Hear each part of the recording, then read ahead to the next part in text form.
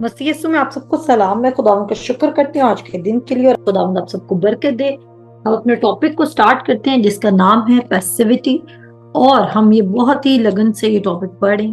मैंने खुद अपनी पर्सनैलिटी में इस एक किस्म का ये समझ लें कि इस डिजीज को इनकाउंटर किया कि जो हमारा बिहेवियर है वो बड़ा क्विकली शो कर सकता है। हमें पता भी नहीं होता कि हम अपने पैसिव एटीट्यूड को रेस्ट का नाम देकर शैतान को अपनी जिंदगी के साथ खेलने दे रहे होते हैं। हम अपने वर्ड्स के थ्रू शैतान को रिटेलिएट कर सकते हैं। हम अपने वर्ड्स के थ्रू शैतान को रिटेलिएट कर सकते हैं। हम करते नहीं, हम क्या करते हैं, हम कहते हैं कि वर्ड्स की कोई वैल्यू नहीं है। हम कहते हैं इमेजिनेशन की कोई वैल्यू नहीं है। हम कहते हैं कि नहीं नहीं कुछ नहीं होता, कुछ नहीं होता। लेकिन हम ये तमाम बातों में बात भूल जाते हैं कि शैतान कोई ऐसी प्लेस नहीं हमारी जिंदगी में छोड़ रहा जहां पर हम ये सोचे कि वो हमारा फ्रेंड बन चुका है। शैतान जो है वो आपको बिल्कुल रिलैक्स नहीं छोड़ेगा, क्योंकि उसको पता है कि उसने आपको कैसे डिस्ट्रॉय करना है। हाँ, ये बात जरूर है कि शैतान डिफीटेड है। सुनिएगा, मैं बहुत इंपॉर्टेंट बात बताने वाली। ये बात जरूर है कि शैतान डिफीटेड है, बट वो डिफीटेड इस तरह है कि आप अब खुदावंद यीशु मसीह की अथॉरिटी में और पावर में चल रहे हैं, लेकिन फिर भी उसको रेजिस्ट करना आपके हाथ में है। बहुत सारे मसीह लोग इस बात पर इतना आगे चले जाते हैं कि शैतान डिफीटेड है कि वो समझते हैं कि हमारे एक्ट्स, हमारे वर्ड्स, हमारे थॉट्स ये कोई वैल्यू नहीं रखते हैं, क्योंकि शैतान पहले से ही डिफीटेड है। अब दुश्मन अगर डिफीटेड भी हो जाए और आप अपनी फेंसिंग ही ना करें, तो चाहे वो डिफीटेड भी हो, वो कहीं ना कहीं घुस कर आपके ही हथियारों को इस्तेमाल करके आपको तबाह कर सकता है। ऐसा है कि नहीं है? हम क्या समझते हैं, शैतान डिफीटेड है। बहुत सारे लोगों का है ना कि देखो इस तरह शैतान आपकी जिंदगी में प्लेस ले लेगा, शैतान आपकी जिंदगी में काम कर लेगा, तो आप क्या कहते हैं, वो डिफीटेड है, वो हमारा कुछ नहीं बिगाड़ सकता। उसके बारे में कहा जा रहा है कि वो स्टील, किल और डिस्ट्रॉय कर सकता है। उसके बारे में क्या कहा जा रहा है कि वो आपको क्या कर सकते हैं, स्टील, किल और डिस्ट्रॉय कर सकते हैं। तो अगर आप उसको रिटेलिएट नहीं करें, अगर आप उसको रेजिस्ट नहीं करें, तो वो क्या करेगा, वो आसानी से घुस आएगा। जब वो घुस आएगा, आपको एक्चुअली शैतान को रेजिस्ट करने के लिए क्या करना होगा, आपको पैसिविटी यानी कि पैसिव एटीट्यूड से बाहर निकलना होगा। अगर हम खुदा के कलाम पे गौर करें तो इवन वो जो वाइज मैन थे उनके बारे में कहा जाता है कि उनको वाइज मैन क्यों कहा गया, क्योंकि उनके पास क्या एस्ट्रोलॉजी का नॉलेज था, स्टार्स का नॉलेज था, इसलिए उनको वाइज मैन कहा जाता था। कितनों को वो वाकया याद है? मेरे साथ निकालें वाइज मैन का वाकया। जब खुदावंद यीशु मसीह पैदा होने वाला था, तो हम देखते हैं जरा कि वो पैसिव थे या नहीं थे, क्योंकि उससे भी आपको पता चलेगा कि पैसिव होना क्या था और उनको वाइज मैन क्यों कहा गया। मेरे साथ निकालें, खुदा के कलाम में से देखते हैं मत्ती उसका दूसरा बाप निकालें, मत्ती की इंजील उसका दूसरा बाप हम देखेंगे, और मैं मान रखती हूँ तो आपको अच्छे से समझ भी आएगी।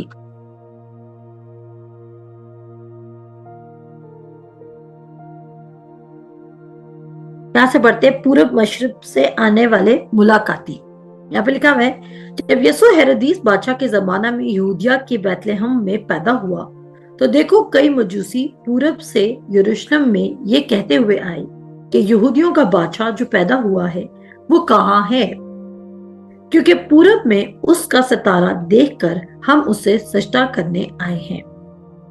यह सुनकर हेरोदिस बादशाह और उसके साथ यरूशलेम के सब लोग घबरा गए, और उसने कौम के सब सरदार काहिनों और फकीरों को जमा करके उनसे पूछा कि यीशु मसीह की पैदाइश कहाँ होनी चाहिए। उन्होंने उससे कहा, यहूदिया के बैतलहम में, क्योंकि नबी की मार्फत यूं लिखा है कि ए बैतलहम यहूदिया के इलाका में। मैं क्रिसमस का सरमन नहीं दे रही, गौर से सुनिएगा, इसमें मैं पैसिविटी को रिवील करूंगी। मैं आपको बताऊंगी, या मैं ये बताऊंगी आपको कि कैसे हम उनको क्यों वाइज मैन कहते हैं और इनका कलाम में जिक्र क्यों है। क्या इन्होंने खुदावंद यीशु मसीह की स्टडी की थी एस्ट्रोलॉजी के थ्रू, या ये वर्ड को फॉलो कर रहे थे? मैं असल में ये चीज आपको बताने लगी हूँ। हम समझते हैं वो सितारा देखकर, चमकता हुआ सितारा देखकर आ गए और वो ईमान नहीं रखते थे वर्ड पर, और बस वो वर्ड को फॉलो करने लगे और वर्ड ने उनको इतनी जबरदस्त गाइडलाइंस दे दी। नहीं, यहाँ पर आप गौर करें कि हेरोदीस बादशाह के पास वो लोग आते हैं और वो कहते हैं कि हमने सुना है कि यहूदियों का बादशाह पैदा हुआ है। वो कहते हैं कहाँ पैदा हुआ है? कहते हैं हम उसका सितारा देख कर आए हैं। उसने बोला लेकिन उसको पैदा किधर होना चाहिए? सितारा तो तुम देख कर आए हो, लेकिन वो पैदा किधर होगा? तो उन्होंने कहा नबी की मार्फत यूं लिखा है, यानी कि खुदा के कलाम में ये लिखा है। और ये बात शो करती है कि वो जो मजूसी थे वो खुदा के कलाम को फॉलो करते उस बादशाह की पैदाइश के लिए। पर तभी हेरोदीस यीशु तक नहीं पहुंच सका, वो पहुंच गए क्योंकि वो वर्ड को फॉलो कर रहे थे। वो किसको फॉलो करते? वर्ड को। हमने तो सितारे को माइंड में रखा हुआ ना बचपन से कि वो सितारे को देखते हुए, लेकिन आप यहाँ पे वर्ड्स पढ़े। उसने बोला, सरदार काइन और फकीरों को जमा करके उनसे पूछा कि मसीह की पैदाइश कहाँ होनी चाहिए। उन्होंने उससे कहा यहूदिया के बैतलहम में, क्योंकि नबी की मार्फत यूं लिखा गया है कि बैतलहम यहूदिया के इलाके, तू यहूदिया के हाकिमों में हरगिज सबसे छोटा नहीं, क्योंकि तुझ में से एक सरदार निकलेगा जो मेरी उम्मत इसराइल की गलाबानी करेगा। इस पर हेरोदीस ने मजूसियों को चुपके से बुलाकर उनकी तहकीक की कि वो सितारा किस वक्त दिखाई दिया। उसके बाद उसने कहा किस वक्त दिखाई दिया था, और ये कहकर उन्हें बैतलहम को भेजा कि जाकर उस बच्चे की बाबत ठीक ठीक दरियाफ्त करो, और जब वो मिले तो मुझे खबर दो ताकि मैं भी आकर उसे सजदा करूं। जब मजूसियों ने वर्ड को फॉलो किया कि नबी ने उसके बारे में ये लिखा है कि वो बैतलहम में पैदा होगा, तो मजूसी उस वर्ड को रिसीव करके, क्योंकि सितारे ने उनको एग्जैक्ट लोकेशन तक नहीं पहुंचाया, पूरा नहीं पहुंचाया, उन्होंने क्या किया? उन्होंने सितारे के मुताबिक देखा है कि एक बादशाह पैदा हुआ है जमीन पर। इवन क्रिएशन भी खुदा यीशु मसीह की पैदाइश की गवाही दे थी, लेकिन वर्ड भी दे रहा था। बजाय कि वो सितारे को सिर्फ फॉलो करते, उन्होंने वर्ड को फॉलो किया। आमीन। वरना तो हम लोगों का यकीन सितारों पे बिल्ड हो जाता। वहां पर लिखा है कि सितारे ने उधर तक पहुंचा तो दिया, लेकिन आगे वो कंफ्यूज हो गए हैं। एक्यूरेट लोकेशन तक कौन पहुंचा रहा है? वर्ड ऑफ गॉड पहुंचा रहा है, खुदा का कलाम पहुंचा रहा है। और मजूसी पैसिव थे? नहीं थे। क्यों नहीं थे? क्योंकि आगे हम पढ़ेंगे भी, आप देखिएगा। जो मेरी उम्मत इसराइल की गलाबानी करे। इस पर हेरोदीस ने मजूसियों को चुपके से बुलाकर उनसे तहकीक की कि वो सितारा किस वक्त दिखाई दिया था, और ये कहकर उन्हें बैतलहम को भेजा कि जाकर उस बच्चे की बाबत ठीक ठीक दरियाफ्त करो, और जब वो मिले तो मुझे खबर दो ताकि मैं भी आकर उसे सजदा करूं। वो बादशाह की बात सुनकर रवाना हुए, और देखो जो सितारा उन्होंने पूरब में देखा था वो उनके आगे आगे चला, यहाँ तक कि उस जगह के ऊपर ठहर गया जहां वो बच्चा था। अब सितारे पर अपना फोकस रखने के बजाय, सितारा क्या था? एक्चुअली एंजल था। उस सितारे पर फोकस रखने के बजाय ये देखें कि उन्होंने वर्ड में देखा कि खुदा के कलाम में भी लिखा है कि बादशाह पैदा होगा, और वो कलाम को हीड कर रहे हैं, खुदा के कलाम को सीख कर रहे हैं। वो सितारे को देखकर निहायत खुश हुए और उस घर में पहुंचकर बच्चे को उसकी मां मरियम के पास देखा और उसके आगे गिरकर सजदा किया, और उसे डब्बे खोलकर सोना और लुबान और मुर उसकी नजर किया, और हेरोदीस के पास फिर ना जाने की हदायत ख्वाब में पाकर दूसरी रात से अपने मुल्क को रवाना हुए। वो अगर वर्ड को फॉलो नहीं करते तो खुदा जबरदस्ती उनको क्यों कहता कि तुमने हेरोदीस के पास वापस नहीं लौटना। और चले फॉर एग्जाम्पल, अगर उन्होंने ख्वाब में ये पा भी लिया था तो उनको हेरोदीस का डर था या खुदा का डर था? उनका एक्शन ये रिवील कर रहा है कि उनके लिए खुदा जरूरी था, हेरोदीस बादशाह जरूरी नहीं था। क्या वो हेरोदीस बादशाह की हुकूमत के अंडर नहीं आते थे? बेशक वो हेरोदीस बादशाह की हुकूमत के अंडर भी आते थे, तो भी उनके लिए हेरोदीस इंपॉर्टेंट नहीं था, बल्कि उनके लिए कौन इंपॉर्टेंट था? उनके लिए खुदा ने जो उनको विजडम दिया था, जो खुदा ने उनको कहा था कि तुमने उस तरफ नहीं जाना, वो उनके लिए इंपॉर्टेंट था। और तभी उनको वाइज मैन का नाम दिया गया। वाइज मैन कौन है? जो वर्ड की इंस्ट्रक्शंस को फॉलो कर रहे हैं। आमीन। वाइज मैन कौन है? कितनों को समझ आई मेरी बात? वाइज मैन कौन है? जो वर्ड की इंस्ट्रक्शंस को फॉलो कर रहे हैं। उन्होंने अपने एस्ट्रोलॉजी के नॉलेज को, सितारों के नॉलेज को खुदा के कलाम से ऊपर नहीं रखा। और जब सितारों के नॉलेज की बात आई तो उन्होंने कलाम को ऊपर रख दिया और सितारों के नॉलेज को नीचे रख दिया। दो एंजल ने उनको गाइड किया, लेकिन उन्होंने वर्ड को कंसल्ट किया। और अगर वो पैसिव होते तो वो कभी भी, अगर वो पैसिव होते तो वो कभी भी ख्वाब में इंस्ट्रक्शंस पाकर उन पर अमल ना करते। जरूरी नहीं है खुदा आपको बहुत बड़ी बड़ी काम बताएगा।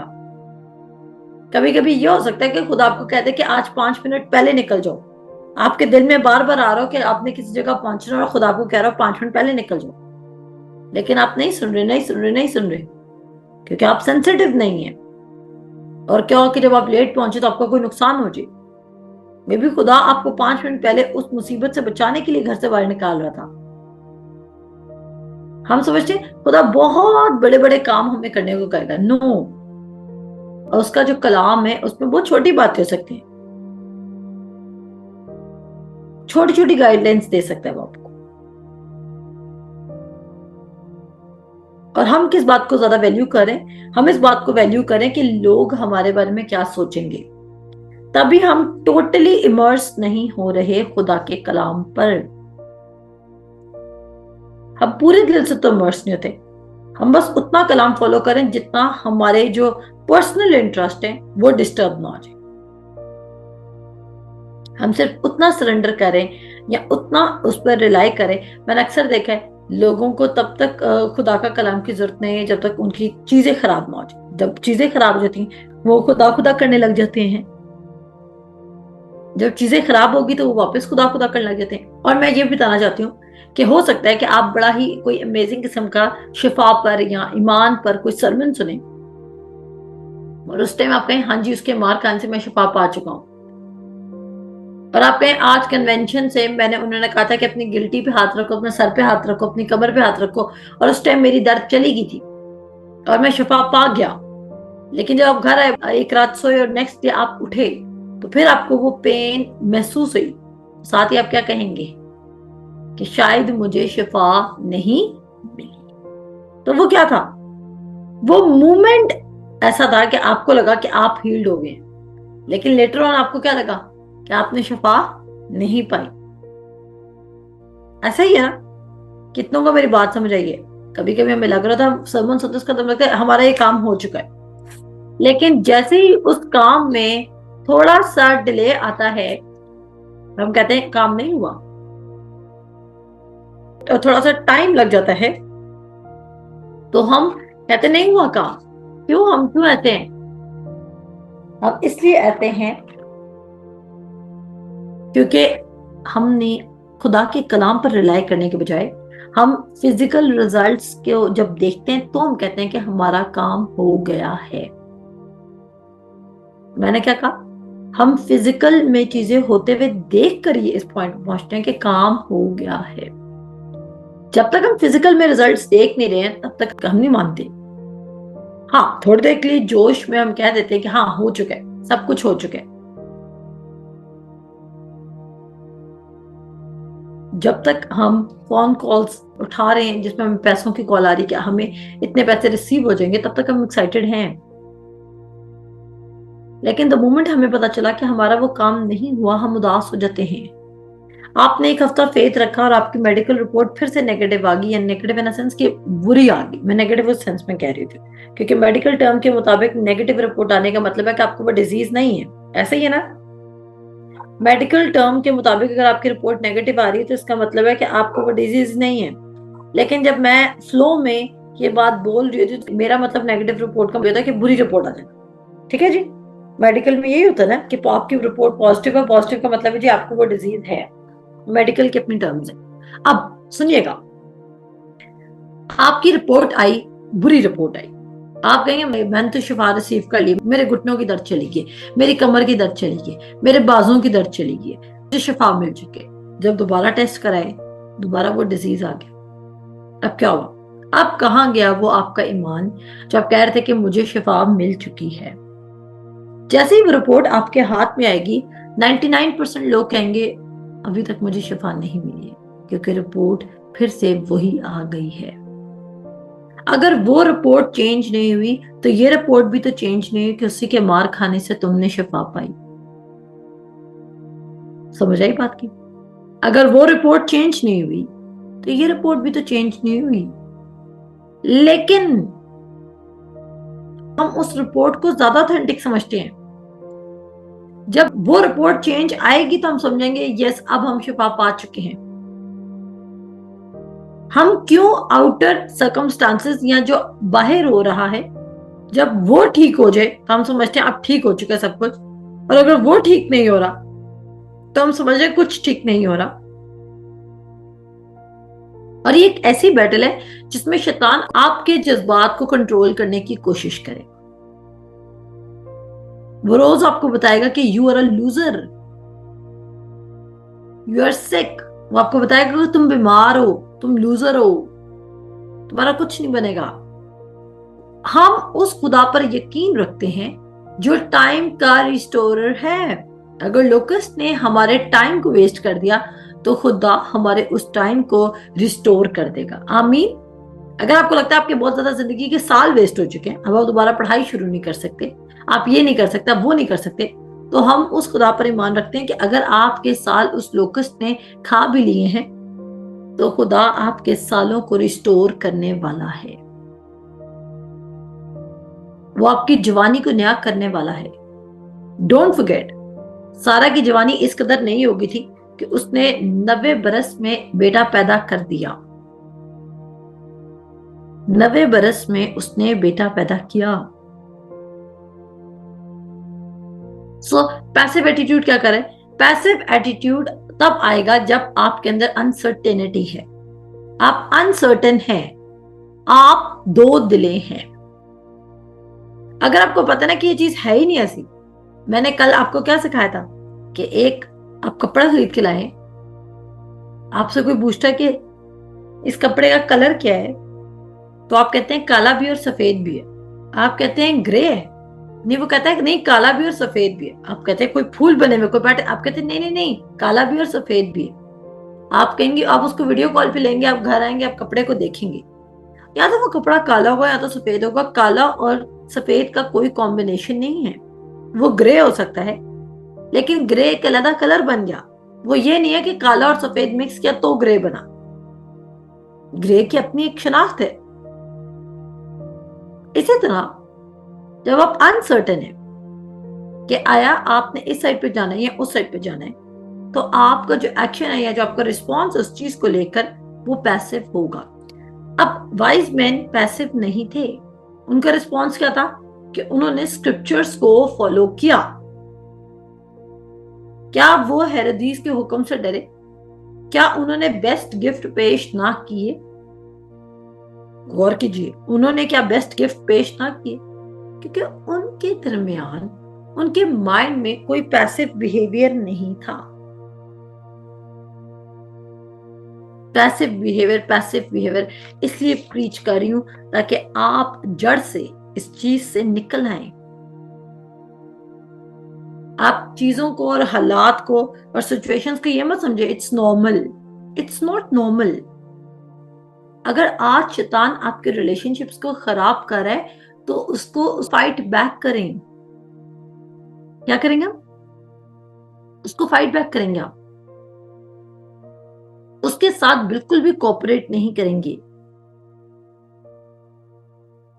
वो बड़ा क्विकली आता है हमारे अंदर पैसिव एटीट्यूड को सो करने के लिए। आदम और हवा पैसिव थे, तब शैतान उनका फायदा उठा सका। शैतान क्या है? अगर शैतान की डिस्क्रिप्शन देखी जाए तो वो बार्क करता है लेकिन वो बाइट नहीं कर सकता। लेकिन जब वो बार्क करता है ना, तो आप उससे डर के जो भागते हैं ना, आप वहां पर गिरते हैं और आप चोट खाते हैं। वो डिफीटेड फो जरूर है, लेकिन अगर आप उसका कोऑपरेट करेंगे तो फिर वो आपकी जिंदगी में कुछ भी कर सकता है।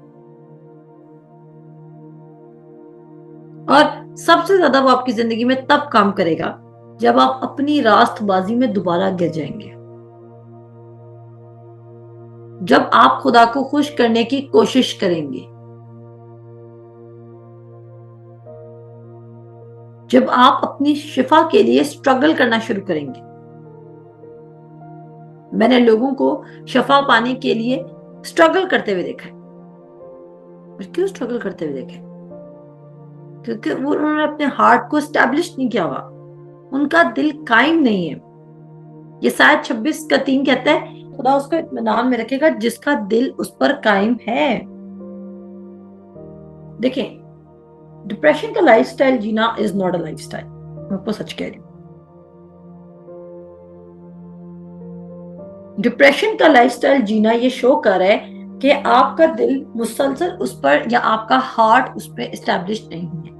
क्या पता आप किसी और बातों के लिए स्ट्रगल ना करते हो, लेकिन कुछ एरियाज आपकी जिंदगी में हो जहां पर आप डिप्रेस्ड रहते हैं एकदम से। आप क्यों डिप्रेस्ड हो रहे हैं उन सिचुएशंस को लेके? डोंट यू ट्रस्ट कि खुदा सब कुछ आपकी जिंदगी में फिक्स कर सकता है? लेकिन मेरे अजीजों, मुझे नहीं पता कि आप सारा दिन क्या करते हैं। मुझे नहीं पता कि आप सारा दिन क्या अपने माइंड को उस पर फोकस्ड रखते हैं। आप कहेंगे मैम सारे शाप रख सकती हैं क्योंकि आपके पास और कोई काम नहीं इस वक्त। मैं इस मकाम तक अब पहुंची हूं, उससे पहले मैं भी जॉब करती थी,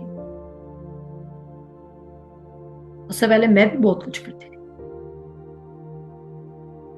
लेकिन मैंने अपने हार्ट को नरम किया वर्ड के। तो आप क्या कर सकते हैं? चले, मैं कहती हूँ सारी जंगें छोड़ दें। आप प्रोवर्ब्स 23:7 के लिए ही पैसिव होना बंद कर दें। As the man think in his heart, जैसे तेरे दिल के अंदेशे तो वैसा ही है। सिर्फ इस पे काम करना शुरू करें और देखें आप कितनी चीजों को अपनी जिंदगी में, अपने जहन में फर्क होते हुए देखना शुरू करेंगे। लोग खुदा के पास इसलिए नहीं आ रहे क्योंकि वो उसको अपना सेवियर मान के अपनी जिंदगी कंट्रोल्स उसको देना चाहते हैं, और वो अपनी जिंदगी में वो तजर्बा रिसीव करना चाहते हैं जो निजात से मिलता है। आप एक बिलीवर हो सकते हैं बट आपका कन्वर्जन ना हुआ हो। मैंने क्या बोला? आप निजात तो पा सकते हैं लेकिन जरूरी नहीं आपका दिल भी तब्दील हुआ हो, क्योंकि दिल तब्दील करने के लिए आपको सबमिट टू गॉड करना होगा। कितना को ये बात समझ रहे? हो सकता है आप बिलीवर बन गए हो लेकिन आपका कन्वर्जन नहीं हुआ है, क्योंकि आपका माइंड रिन्यू नहीं हुआ है, आपका जहन तब्दील नहीं हुआ। बहुत सारे लोग मसीह यीशु में बॉर्न अगेन हो गए लेकिन उनका दिल तब्दील नहीं हुआ। अब जब दिल तब्दील नहीं हुआ तो वो कैसे? वो अपनी ओल्ड लाइफ में दोबारा वो चले गए। क्या मतलब वो गुनाहगार बन गए? नहीं, वो गुनाहगार नहीं बने। वो वंस सेव्ड ऑलवेज सेव्ड। इब्रानियों का खत कहता है वो हमारे सारे गुनाह उठा के एक ही बार आसमान पर बाप के दाहिने हाथ पर बैठ गया। सारे गुनाह उठाकर बाप के दाहिने हाथ पर बैठ गया। लेकिन क्या आप कन्वर्ट हुए हैं? कितनों को वो वाकया याद है जहां पर खुदा यीशु मसीह और उसके शागिर्द आखिरी फसा खाना जाते हैं? मेरे साथ बल्कि निकालने, मत्ती उसका 26 बाब पढ़ते हैं जरा। फसा का खाना, आखिरी फसा का, मत्ती उसका 26 बाब हम पढ़ते हैं 31 साइड से, ठीक है जी, जहां पर वो पेशेंट गोई कर रहा है पतरस के बारे में। मैं पतरस को क्यों लेकर आई? क्योंकि खुदा ने पतरस को ये डिक्लेयर किया था कि तू पैसिव है और तेरा ये जो पैसिव एटीट्यूड है वो तुझे मजबूर कर देगा कि तू मेरा इनकार कर दे।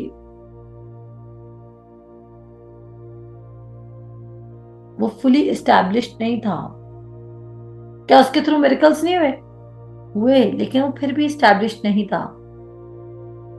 जबकि हम उसके कंपैरिजन में अगर यूहन्ना देखें तो यूहन्ना को हम ज्यादा स्टेबल पर्सनैलिटी पा रहे हैं खुदा यीशु मसीह की मोहब्बत में। आगे बढ़ते, 31 आयत में लिखा है, 26 बाब की 31 आयत में लिखा है, उस वक्त यीशु ने उनसे कहा, तुम सब इसी रात मेरी बाबत ठोकर खाओगे, क्योंकि लिखा है कि मैं चरवाहे को मारूंगा और गला की भेड़ों पर को परागंदा हो जाएंगी।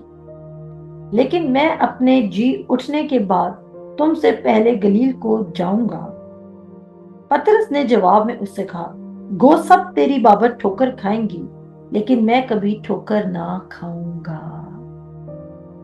पतरस का स्टेटमेंट चेक करेंगे, क्या कह रहा है? कह रहा है, गो सब तेरी बाबत ठोकर खाएंगे, लेकिन मैं तेरी बाबत ठोकर ना खाऊंगा। अब यीशु कह रहे कि तुम सब डर जाओगे क्योंकि तुम स्टेबल नहीं थे। वो कह रहा मैं नहीं करूंगा। देखिए, वो अपने लव को लेके, खुदा को लेके बड़ा कॉन्फिडेंट था, तभी उसने बाकी 11 को नाराज कर दिया। लेकिन उसने कहा ये 11 ऐसा कर सकते तेरे साथ, मैं नहीं करूंगा। अगर आपकी और आपकी फ्रेंड बैठी हुई है और आपका कोई बड़ा कहे कि आप लोग मुझे धोखा दोगे, तो आप ये कहते हैं कि ये दे दे, मैं तो कभी नहीं दूंगा, इसका मतलब आप दूसरे पर डाउट कर रहे हैं ना। दूसरा माइंड भी कर सकते हैं। लेकिन यहाँ पर हम देखेंगे कितनी अच्छी बात वो कह रहे हैं। आगे सब पढ़ते हैं, बड़ा मजे की बात है। कहता है, यीशु ने उससे कहा, मैं तुझसे सच कहता हूँ कि इसी रात मुर्ग के बांग देने से पहले तू 3 बार मेरा इनकार करेगा। पतरस ने उससे कहा, अगर तेरे साथ मुझे मरना भी पड़े तो मैं तेरा इनकार हरगिज ना करूंगा। और सब शागिर्दों ने भी इसी तरह कहा। अब यीशु मसीह कंफर्म है कि पैसिव एटीट्यूड जो है वो आपको डरा देगा और आपको भगा देगा, लेकिन पतरस इस बात को डिनाई कर रहा है। और मैं कहती हूँ पतरस के अंदर हिम्मत कहाँ से आ रही है? जब तक ये पतरस से बात जाता था कि जितनी बातें खुदा यीशु मसीह कहता था वो एज इट इज पूरी होती थी। ऐसे ही इवन अगर उससे पहले देखा जाए गधी के बच्चे के वाकया, तो यीशु मसीह ने उनको बोला जाओ वहां पे एक गधी का बच्चा बंधा होगा, उसको मेरे लिए, जो वो पूछे तो कि किसने भेजा, तो बोला मालिक को इसकी जरूरत है। ऐसा ही है, तो वो लोग गधी का बच्चा ले आते हैं जिसपे आज तक कोई नहीं सवार हुआ था। अब यीशु मसीह ने आज तक पतरस को जहां जाल डाले को बोला वहां से मछली निकली। जहां पर यीशु ने बोला कि वो मछली पकड़ जो पहली निकलेगी उसमें से सिक्का निकलेगा, अपना टैक्स भी पे कर देना, मेरा भी, वो भी वैसा ही हुआ। यीशु मसीह ने उसको बोला आप पानी पर चल, वो भी वैसा ही हुआ। यीशु मसीह ने यार की बेटी को जिंदा, मतलब अब वो देख रहा है कि ये बंदा जो कहता है वो वैसा ही होता है। अब यीशु मसीह कह रहा है कि तू मुर्ग के बांग देने से पहले मेरा 3 बार इनकार करेगा। लेकिन वो इतना पैसिव इस वक्त हुआ है कि वो सोच ही नहीं रहा कि वो किसकी बात को डिनाई करके कह रहा है कि जी नहीं, मैं ऐसा नहीं करूंगा। कितनों को ये बात समझ आई है? कभी कभी आप भी खुदा को लेकर बड़े कॉन्फिडेंट हो जाते कि भाई मैं कभी अब खुदा को नहीं छोड़ सकता, ऐसा है ही नहीं, मैं बेतकादी में चल नहीं रहा। कभी कभी मैं आपको कह सकती हूँ कि आप अब बेतकादी में चल रहे हैं इस चीज में, आप ईमान नहीं रख रहे, और आप कहेंगे नहीं नहीं मैं तो ईमान रख रहा हूँ, मैम सैरी शैमी कह रही है, मैं सैरी शैमी कह रही हूँ। हम सुपर कॉन्फिडेंट हो जाते हैं, जबकि वो कहता है अपने दिल की खूब हिफाजत कर। समझ आ रही कि नहीं आ रही? आगे फिर वो कहता है, और पतरस ने उससे कहा, अगर तेरे साथ मुझे मरना भी पड़े तो भी मैं इनकार हरगिज ना करूंगा। अब अगर यीशु कह रहा है कि तू ऐसा करेगा, तो वो कह रहा है मैं ऐसा हरगिज नहीं करूंगा। अब जैसे कि अगर खुदा हमें कहता है कि मुबारक है वो शख्स जो शरीरों की सलाह पर नहीं चलता, क्या हम कहते नहीं हम तो शरीरों की सलाह में बैठ ही नहीं थे? तो बहुत दफा हम खुदा को डिनाई कर रहे हैं, हम खुदा के मुकाबले में खड़े हैं, हम कहते नहीं ऐसा हो ही नहीं सकता, मैं ऐसा कर ही नहीं सकता। अगर खुदा कह रहा है कि तुम फिलॉसफी से बहक सकते हो, तुम गलत अंजील से बहक सकते हो, अगर खुदा कह रहा है कि तुम अपने दिल की हिफाजत नहीं करोगे तो तुम दाएं और बाएं मुड़ सकते हो, तो हम इस बात का यकीन क्यों नहीं करें? अगर वो कह रहे हैं कि जैसे तेरे दिल के नशे तो वैसे ही, तो हम ऐसे क्यों नहीं यकीन करें? बजाय कि हम अपने दिल को तब्दील करें, हम बाकी आउटवर्ड अपनी रूटीन, अपनी फिटनेस, अपने हेयर कलर, अपने आई कलर, अपना स्किन कलर चेंज करने पर क्यों लगे हुए हैं? We are more focused on changing our eye colors, hair colors. अब पॉइंट ये है कि लोग अपनी आउटर लुक पर ज्यादा फोकस्ड है, बजाय कि वो इस बात पे फोकस्ड हो कि हमारे जैसे दिल के अंदेशे हैं हम वैसे ही बनते जाएंगे। अगर आप स्टडी नहीं है, अगर आप स्टेबल नहीं है खुदा के वर्ड को लेके, तो अब क्या होगा? कभी ईमान रख लिया, कभी मेहनत कर ली, कभी ईमान रख लिया, कभी मुशक्कत कर ली, कभी ईमान रख लिया और कभी कॉम्प्रोमाइज कर लिया। जो काम ईमान से हो जाए ठीक है, जो नहीं हो रहा ईमान से उसको आगे मूव करो, अपने तरीके से करना शुरू करो। कोई बात नहीं, खुदा ने हमें ताकत दी है, ये खुदा नहीं हमें। अब बहुत सारे लोग ऐसे जुमले बोलते हैं कि खुदा नहीं कहा था ना, चलो कोई नहीं। और यहाँ पर पतरस अपने पैसे बिहेवियर को बजाय के ठीक करे, आगे से खुदा यीशु मसीह कह रहा है कि ये सब तेरे साथ ऐसा कर सकते हैं, लेकिन मैं हरगिज ना करूंगा, हरगिज। यानी कि वो इतना श्योर है कि इट विल नेवर हैपन। आगे चलते, यीशु की गिरफ्तारी हो जाती है, खैर ठीक है जी। और जब यीशु मसीह की गिरफ्तारी होती है तो आगे देखते हैं आगे क्या होता है। मेरे साथ आ जाए, हम पढ़ते हैं जी 57 से थोड़ा सा पढ़ते हैं, ठीक है जी।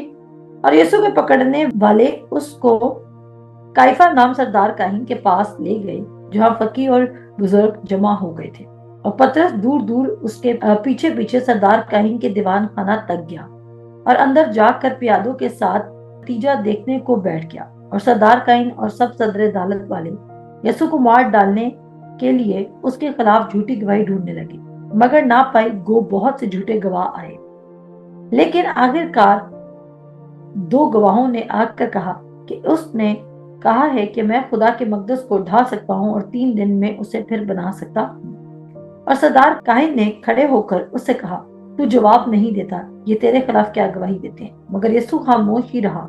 सरदार काहिन ने उससे कहा, मैं तुझे जिंदा खुदा की कसम देता हूँ कि अगर तू खुदा का बेटा है तो हमसे कह दे। यीशु ने उससे कहा, तूने खुद ही कह दिया है, बल्कि मैं तो कहता हूँ कि उसके बाद तुम इब्ने आदम को काबिल मुतलक के दाहिनी तरफ बैठे और आसमान के बादलों पर आते देखोगे। आप मुझे बताएं, क्या यीशु मसीह पैसिव है खुदा के कलाम को लेके? उसको पता है कि उसकी गिरफ्तारी हो चुकी है, उसको पता है कि अभी उसके साथ इतना बुरा सलूक होना है, लेकिन वो तब भी डिक्लेयर कर रहा है कि मुझे पता है मेरा एंड रिजल्ट क्या है। क्या आप सांस लेते वक्त भी, जब आपकी जिंदगी में किसी की जिंदगी में ऐसी स्टेज नहीं आ रहा, क्या आप इतने श्योर हैं कि मुझे पता है कि खुदा ने मेरा एंड अच्छा रखा है? क्या आप डिप्रेस्ड हैं? आप देख रहे हैं यीशु मसीह की एश्योरेंस। ये यीशु मसीह ने एश्योरेंस कहां से ली है? ज़बूरों और यसाया के सहीफों से। क्योंकि कलाम में लिखा था ये, वो पैसिव नहीं है। लेकिन अभी हम पतरस के बारे में पढ़े। इस पर सरदार काहिन ने ये कहकर उसे अपने कपड़े फाड़े कि उसने कफर बका, और अब हमको गवाहों की क्या हाजत?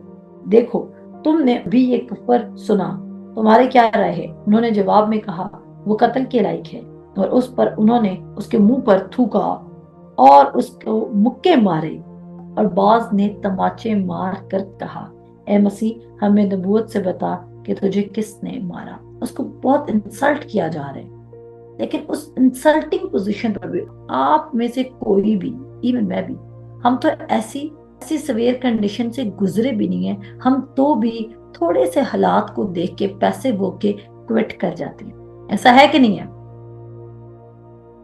हम तो आज गुर्बत से निकलने के लिए इतने पैसे हैं, हम तो आज उसकी जो फिनिश्ड वर्क की निजात है उसको लेकर इतने पैसे हैं। कहता है, और पतरस बाहर सहन में बैठा था कि एक लौंडी ने उससे पास आकर कहा, तू भी यीशु गलीली के साथ था। उसने सबके सामने ये कहकर इनकार किया कि मैं नहीं जानता कि तू क्या कहती है। और जब वो ड्योड़ी में चला गया तो दूसरी ने उसे देखा, और जो वहां थे उसने उनसे कहा, ये भी यीशु नासरी के साथ था। उसने कसम खाकर फिर इनकार किया कि मैं इस आदमी को नहीं जानता। थोड़ी देर के बाद जो वहां खड़े थे उन्होंने पतरस के पास आकर कहा, बेशक तू भी उन्हीं में से है, क्योंकि तेरी बोली से भी जाहिर होता है।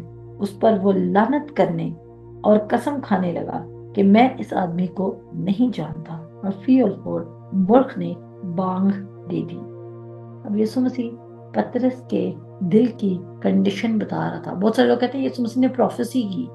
यीशु मसीह ने प्रोफेसी नहीं की थी। यीशु मसीह ने कंडीशन बताई थी, क्योंकि यीशु मसीह को पता है कि हमारा दिल किस लेवल पर है इस वक्त। आज आप जिधर बैठे ना, यीशु मसीह को ये भी पता था कि 2023 में मैं इस तरह जूम पर लैपटॉप पे बैठ के कलाम प्रीच कर रही होंगी। मेरा ये वाला दिन खुदा ने पहले से ही देखा हुआ था। आमीन। और आप सबों का भी ये दिन खुदा ने पहले से ही देखा हुआ है। अगर खुदा हमें बिफोर हैंड, अगर आप बात सुने, अगर हमें कोई एक्सीडेंट की ख्वाब आती है, तो क्या खुदा ने वो हमारा एक्सीडेंट करवाया, या खुदा ने हमें वो इसलिए दिया कि हम बिफोर हैंड उस चीज को कंट्रोल कर लें, या हम बाइंड कर लें डिमोनिक पावर्स को, या हम उस तरह की एहतियात कर लें? ऐसा ही है ना। और उससे पहले हम देखते हैं यीशु मसीह के गिरफ्तारी से पहले पतरस, याकूब और यूहन्ना यीशु मसीह के साथ है, और यीशु मसीह उनको कह रहा है कि जागते रहो और दुआ करो, लेकिन उनसे जागा नहीं जा रहा था। कितनों को ये वाकया याद है? यीशु मसीह उनको बार बार कह रहा है जागते रहो और दुआ करो, ताकि आजमाइश में ना पड़ो। लेकिन वो रिटर्न में क्या करते हैं? वो सो रहे थे, क्योंकि वो पैसिव हो चुके थे। और फिर क्या होता है रिटर्न में? क्या होता है रिटर्न में? ये होता है कि जब उन पर आकर मुसीबत पड़ती है तो they were not prepared, but Yeshu prepared था। यीशु क्या था? यीशु प्रिपेयर्ड था। आमीन। अब फिर क्या होता है कि बस पतरस को यीशु की वो बात याद आई जो उसने कही थी कि मुल्क के बांग देने से पहले तो 3 बार मेरा इनकार करेगा। और वो बाहर जाकर जार जार रोया। अब ये पतरस है जो पैसिव है, लेकिन उसके बाद वही पतरस रसूलों के माल उसके 2 बाप में आप देखेंगे जंगजू मर्द बन जाएगा। उससे बेस्ट कोई प्रीचर ही नहीं फिर रहेगा। वो पतरस जो उस वक्त इनकार करे, बाद में उसको पता कि मारे पड़नी है, लेकिन फिर वो इनकार नहीं कर रहा। वो कोई भी खतरा मोल लेने के लिए तैयार हो चुका है। तो आपका जो रिस्पॉन्स है या जो आपका रिएक्शन है, उस बात को शो करता है कि आपका दिल कितना स्टेबल है खुदा के कलाम पर। आज डॉक्टर की रिपोर्ट देखकर आपका क्या रिएक्शन है? आज बिजली का बिल देखकर आपका क्या रिएक्शन है? आज कम सैलरी देखकर आपका क्या रिएक्शन है? आज लाइफ में एक और रिजेक्शन देखकर आपका क्या रिएक्शन है? रिजेक्शन आ सकती है, who cares? Rejection can be a divine protection. वरना ऐसा कैसे हो सकता है कि खुदा ने आपके लिए कोई चीज रखी हो और वो चीज आपको रिजेक्ट कर जाए? आमीन। ऐसे कैसे हो सकता है कि खुदा ने आपके लिए पर्पस रखा हो और कोई आपको रिजेक्ट कर जाए? ऐसे ना सोचें, बहुत ब्रॉडर थिंकिंग के साथ सोचें। कलाम में अपने आप को इमर्स करें, सच में मानना शुरू करें खुदा के कलाम को कि उसके साथ मेरा फ्यूचर सिक्योर है। और पतरस ने पता है क्यों इनकार किया था? इसलिए नहीं कि खुदा ने प्रोफेसी कर दी थी तो अब ये होना लाजमी था। पतरस ने इसलिए इनकार किया था क्योंकि वो अनसर्टेन था कि पता नहीं अगर मुझे भी इसकी तरह मार दिया गया तो क्या होगा। खौफ ने उसको मजबूर कर दिया। किसने? खौफ ने। क्या आज आपको खौफ पैरालाइज नहीं करता और आप फिर खुदा की तरफ फोकस्ड होने के बजाय आप कॉम्प्रोमाइजिंग स्टेट में चले जाते हैं? कहता है God will keep them in perfect peace whose mind is stayed upon him। वो लोग सुकून और इत्मीनान में जिनका दिमाग उस पर लगा हुआ है। तो अपनी जिंदगी को मजाक के तौर पर डील करने के बजाय बड़ा सीरियस होकर इस चीज को रिसीव करें कि आप खुदा के दी बेस्ट में चल भी सकते हैं और दी बेस्ट को आप मिस भी कर सकते हैं अगर आप पैसिव रहेंगे। पैसिव होने का मतलब क्या है? शैतान के प्लान को सबमिट कर देना। अगर किसी बच्चे को कोई मारा तो उसके माँ बाप कहते हैं क्यों तुम्हारे हाथ नहीं थे, तुम नहीं आगे से लगा सकते थे? कहते हैं कि नहीं कहते पेरेंट्स? या अगर कोई बच्चा फुप्पो के घर से, चाचू के घर से बहुत सारी बातें सुनाए या मामू के घर से कोई बातें सुनाए, अक्सर पेरेंट्स ऐसा सिखा रहे थे कि तुम जवाब नहीं दे सकते थे मामू के बच्चों को, फूफू के बच्चों को, फलाने के बच्चों को, तुम्हारे मुंह में जुबान नहीं थी। हम कहते हैं ना, तो ये हम क्यों कहते हैं?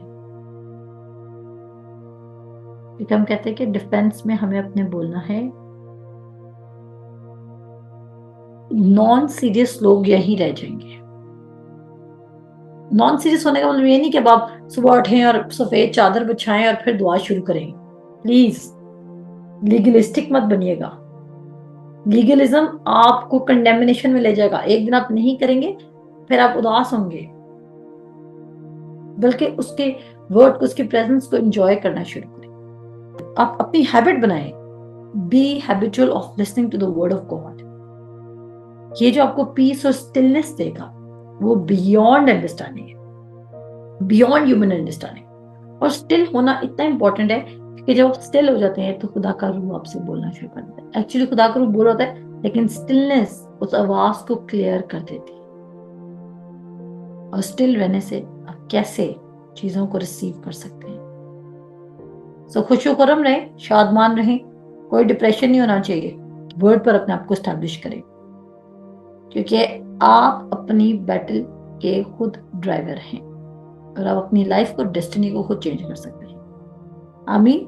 सबका ख्याल रखिएगा। खुदा हाफिज।